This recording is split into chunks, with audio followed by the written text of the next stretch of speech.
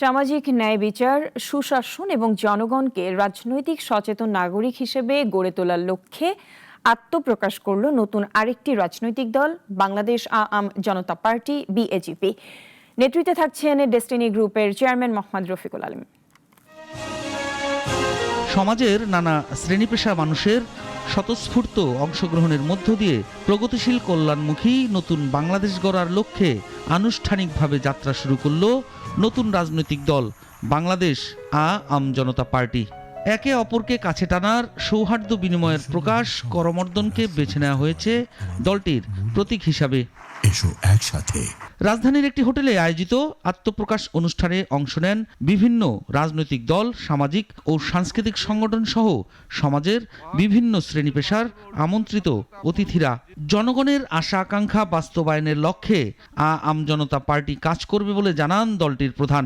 বাংলাদেশের রাষ্ট্রের সার্বভৌমত্ব রক্ষা, লক্ষ লক্ষ শহীদ ও জনগণের অভিপ্রায়ে অসাম্প্রদায়িক, গণতান্ত্রিক, শোষণ ও বৈষম্য মুক্ত সোনার বাংলাদেশ গড়ে তোলার লক্ষ্যে গণতান্ত্রিক অগ্রযাত্রায় বাধা সৃষ্টিকারী স্বৈরাচার শাসনের বিরুদ্ধে ছাত্র জনতার জুলাই গণ অভ্যুত্থানের চেতনায় অন্তর্ভুক্তিমূলক রাষ্ট্র গঠনের স্বপ্ন বাস্তবায়নের লক্ষ্যে বাংলাদেশ আওয়ামী জনতা পার্টি প্রতিষ্ঠিত হলো। ঘোষণাপত্র পাঠ করে দলের প্রতিষ্ঠাতা ও আহ্বায়ক জানান, মুক্তিযুদ্ধ ও ২৪-এর গণ অভ্যুত্থানের চেতনা ধারণ করে রাজনীতির সচেতন সুযোগ্য নাগরিক করে তোলা, দুর্নীতিমুক্ত সমাজ, দারিদ্র্য মোচন ও বেকারত্ব দূর করে কৃষি ও শিল্প বান্ধব পরিবেশ সৃষ্টি সহ ৯টি উদ্দেশ্যকে সামনে রেখে আওয়ামী জনতা পার্টি কাজ করবে।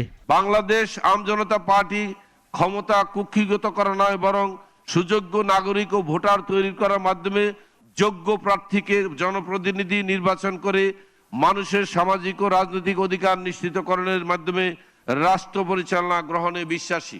শিক্ষা, সমতা, সুবিচার, যেখানে আওয়ামী জনতা হাঁটবে সেখানে, এই স্লোগান নিয়ে রাজনৈতিক কার্যক্রম পরিচালনা করবে নতুন রাজনৈতিক দলটি। শিক্ষা, সমতা, সুবিচার, যেখানে সাইফুল শাহীন, নাগরিক, ঢাকা। সবাইকে ধন্যবাদ।